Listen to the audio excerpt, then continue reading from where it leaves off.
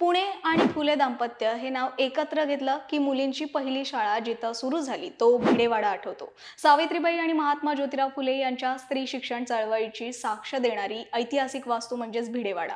गेल्या अनेक वर्षांपासून या वाड्याला घेऊन सुरू असलेला तिढा अखेर सुटलाय। भिडेवाड्याच्या राष्ट्रीय स्मारकासाठीचा प्रश्न अखेर निकाली लागला। पण फुले दाम्पत्यानं सुरू केलेली ही पहिली मुलींची शाळा भिडेवाड्यातच कशी सुरू झाली माहितीये का? शिवाय ज्यावेळी स्त्री शिक्षणाला विरोध होत होता अशा काळात फुले दाम्पत्याला शाळेसाठी जागा देणारी व्यक्ती नेमकी कोण होती, या कार्यात त्या व्यक्तीची काय भूमिका होती, तसंच या वाड्यामागचा इतिहास काय आहे आणि इथं राष्ट्रीय स्मारक उभारण्यासाठी इतकी वर्ष लागली त्यामागे नेमकं काय कारण आहे, सगळं जाणून घेऊयात। नमस्कार, मी मानसी देवकर आणि तुम्ही पाहताय महाटॉक्स। पुण्यातल्या बुधवार पेठेत तशी अनेक ठिकाणं पाहण्यासारखी आणि ऐतिहासिक दर्जाची आहेत। त्याच परिसरात अगदी दगडूशेठ हलवाई गणपती मंदिराजवळच भिडेवाडा आहे, पण दुरावस्थेत। आज ज्या अभिमानानं आपण सावित्रीबाई फुले आणि महात्मा फुले यांची नावं घेतो, त्याच भावनेनं त्यांनी सुरू केलेल्या या पहिल्या शाळेच्या वास्तूचं राष्ट्रीय स्मारकात रूपांतर व्हावं अशी मागणी मुलींची पहिली शाळा सार्वजनिक स्मारक समितीच्या वतीनं पुढे आली होती।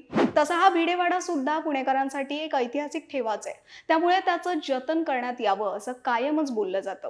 साहजिकच आहे, ज्या वाड्यात स्त्री शिक्षणाचं बीज रोवलं गेलं, स्त्रिया शिकल्या, आपल्या पायावर उभ्या राहिल्या, याच वाड्याच्या अंगणातूनच अनेक सामाजिक चळवळी सुरू झाल्या आणि आज मात्र त्याच वाड्याची स्थिती फार बिकट आहे। हा वाडा अत्यंत दयनीय अवस्थेत आहे, त्यामुळे वाड्याला राष्ट्रीय स्मारक घोषित करण्यासाठी अनेक प्रयत्न झाले, पण त्यासाठी 2023 साल उजाडावं लागलं।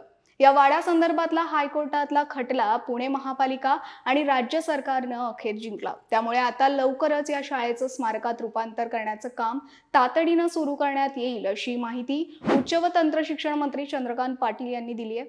पण तुम्हाला माहितीये का, या वाड्याला भिडेवाडा असं का म्हणतात आणि मुलींच्या शाळेसाठी ही जागा कुणी दिली?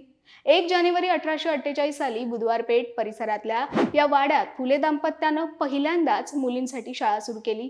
ज्या जागेत ही शाळा सुरू झाली त्या जागेचे मालक हे ताताराव भिडे होते। ताताराव भिडे म्हणजे ज्योतिबांचे अत्यंत जवळच्या मित्रांपैकी एक होते, तसंच एक सामाजिक कार्यकर्ते सुद्धा ते होते। या ताताराव भिडेंनीच आपला वाडा मुलींच्या शाळेसाठी दिला होता।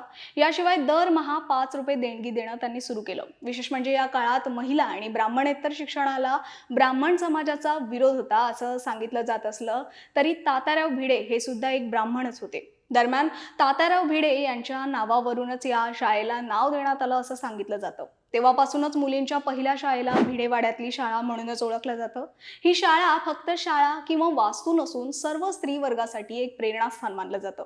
पण असं असतानाही या जागेत स्मारक उभारण्यासाठी विरोध झाला असं की जागा मालक आणि भाडेकरू यांच्यात या प्रकरणावरून वाद सुरू झाला आणि हे प्रकरण पोहोचलं थेट न्यायालयात। या वाड्याच्या तळाशी काही दुकानं आहेत, पण ही सगळी भाडतत्वावर देण्यात आलेली आहेत। म्हणजेच सध्या या जागेचे मूळ मालक हे पुणे मर्चंट बँकेचे चेअरमन विजय ढेरे आहेत, जे स्मारक उभारण्यासाठी सकारात्मक आहेत।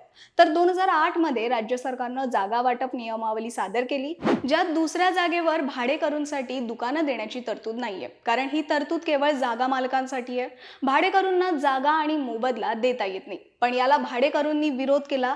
मीडिया रिपोर्ट्सनुसार या भाडेकरूंना याच जागेवर दुकानं हवी होती, त्यासाठी भाडेकरू मुंबई हायकोर्टात गेले आणि तेव्हापासून हे प्रकरण न्यायप्रविष्ट होतं। मागचे 13 वर्ष हा खटला सुरू होता, पण आता अखेर यावर सुनावणी होऊन न्यायालयानं पुणे महापालिकेच्या बाजूने निकाल दिलाय। त्यामुळे आता लवकरच भिडेवाड्यात राष्ट्रीय स्मारक उभारलं जाईल। दरम्यान ही माहिती तुम्हाला कशी वाटली आम्हाला कमेंट बॉक्समध्ये नक्की कळवा आणि अशाच व्हिडिओ पाहण्यासाठी महाटॉक्सच्या YouTube चॅनलला सबस्क्राईब करा आणि Facebook पेजलाही फॉलो करा।